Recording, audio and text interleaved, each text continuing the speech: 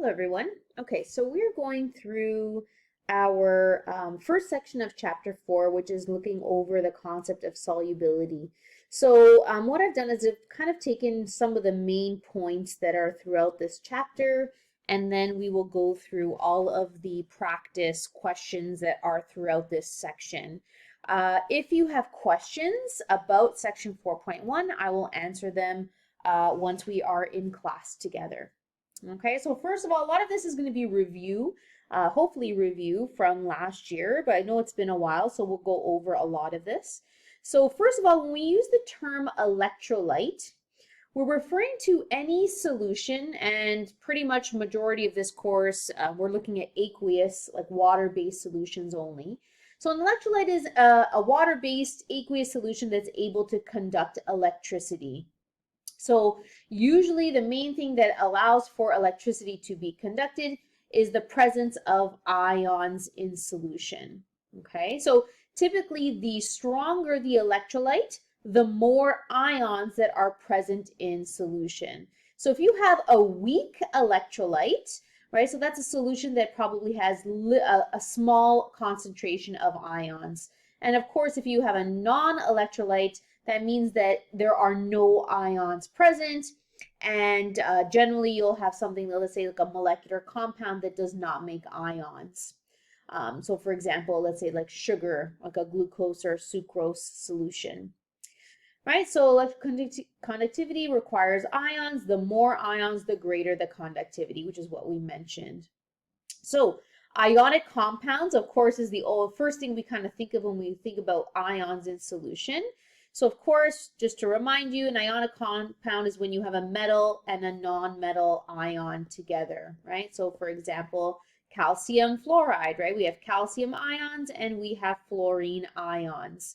Any metal, non-metal combination, and that also includes polyatomic ions as well. Okay. So when we have our metal ions or any positively charged ions, just to remind you, those are also referred to as cations. Negatively charged ions or non-metal ions are referred to as anions.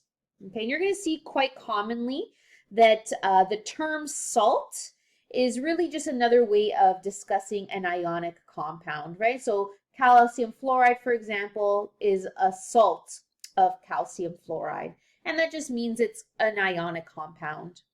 Okay, molecular compounds, right, which are non-metal atoms only, do not form ions. So the example I had given before, right, was for example glucose. So we have non-metals only. When it dissolves in water, it does not make any ions. Okay, so some compounds, even though they look like they are molecular, do form ions. Okay, and the main example of that we're going to see are acids. So for example, here I have HCl. When you have a hydrogen chloride and we dissolve it in water, what happens is a process called ionization. And when we look at acids and bases, we're going to see this again. So when an acid is in water, it goes through the process of creating ions. So if on first glance, right, HCl is made up of non-metals.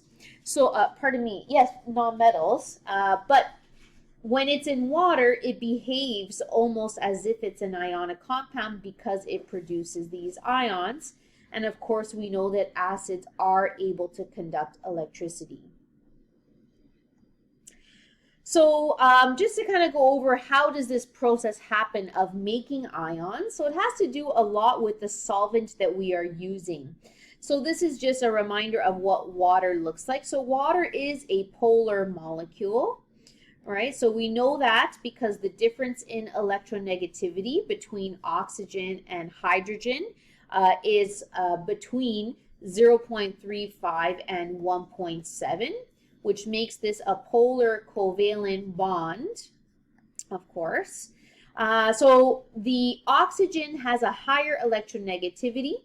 So when we draw this out, so you're probably used to seeing it like this, right? We always draw in a dipole or we represent it with these delta symbols to indicate that the electrons being shared between oxygen and hydrogen is actually an unequal sharing.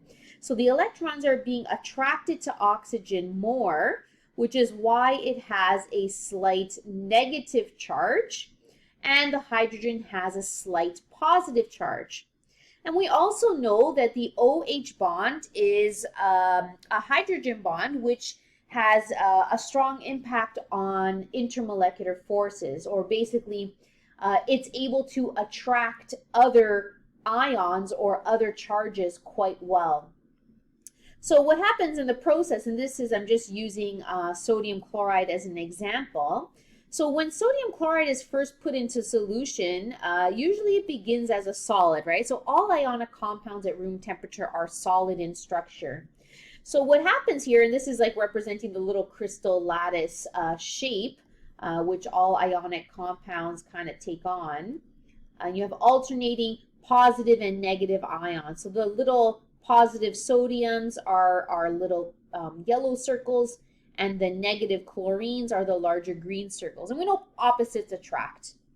So if you take a look at what happens when it's in solution and our little red, white molecules representing our waters, is that the ions begin to separate. And the reason for that is because of the structure of water. The negative charge of the oxygens are attracted to the positive sodium ions, and the positive hydrogens are attracted to the negative ion of the chlorine. So if you look at how the waters are kind of twisted, the sodium, it's the red part of the waters that are close by, and for chlorine, it is the white part that are close by. So this process is called dissociation. Okay, and that's actually what's being shown here. So dissociation is really looking at the ionic compound separating into its respective ions, right? So dissociation is used for salts, so ionic compounds, as well as bases. Okay, so the term ionization, I mentioned it over here, is the same process of dissociation, really. But what happens here is we are ionizing it because it went from being a neutral molecule to having a charge. Whereas here, we have charges to begin with. They're just being separated. Okay, that's it for now. Okay, so to make a solution, right, so how do we make a solution? We need a solute dissolved in a solvent. So a solvent, as I already mentioned, we're going to be looking at water. Okay, the solute is really any substance that we are putting in the water. Now, just so you know, there are many other solvents that could be used to make a solution, of course. But the focus of this course is really looking at aqueous solutions. Okay, so there's really kind of a few types of solutions that we can make, and of course we do it in the same process. We're going to put some things and dissolve it into water. So if we continue to add solute to the point where no more is able to dissolve, what that means is you have reached a point of saturation, or you now have a saturated solution. So every solution has kind of like the maximum amount that it's able to dissolve. So even think of, like, let's say you have like a cup of coffee or tea, okay, and you want to put sugar inside and you want to dissolve the sugar. If you were to keep putting like tablespoons and tablespoons of sugar, like 10 tablespoons of sugar, eventually you're going to get to a point where like there'll be like a clump of sugar at the bottom because you've added in too much. Like you've added in more than it's actually possible to dissolve. So as soon as you see some of that amount at the bottom, the solute is kind of sitting at the bottom, that means you have reached the saturation point. So the point where you are no longer able to dissolve anymore. Now, before you get to that point, it's actually considered to be what's called an unsaturated solution. So meaning you still have room to dissolve more. So let's say you have a cup of coffee and you put like a half teaspoon of sugar and you dissolve it. You have not reached the maximum, right? So you could add more if you wanted to. Okay. So the term solubility is talking about the point where you reach that saturated solution. So it's the amount of solute required to make a certain volume of a saturated, and that's the key word, solution. And every solute has a unique amount. So let's say I'm dissolving sodium chloride in 1 cup of water.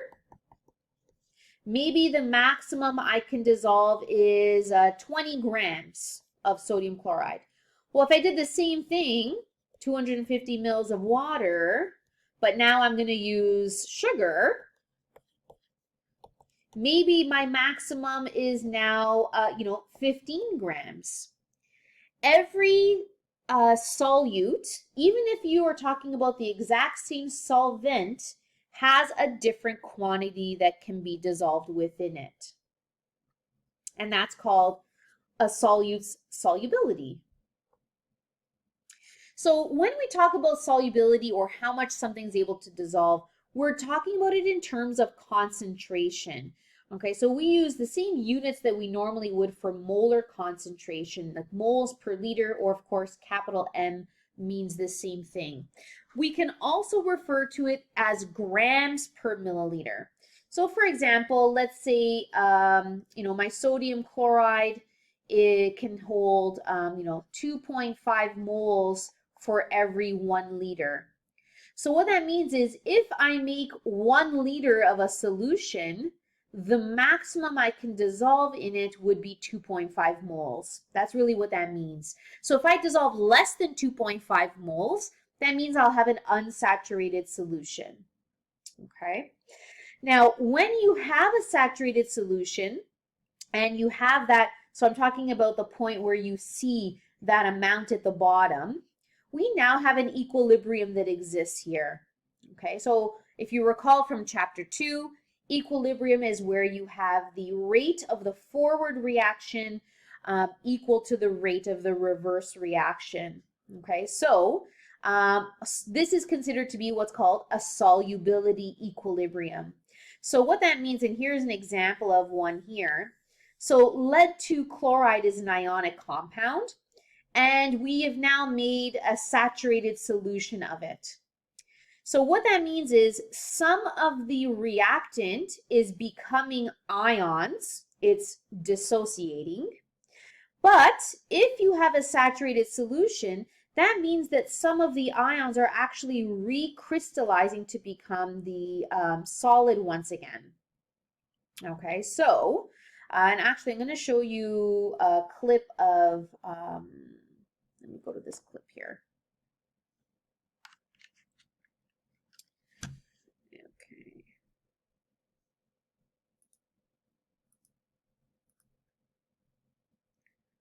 Hopefully this goes, maybe not. Okay, actually I'm going to pause this.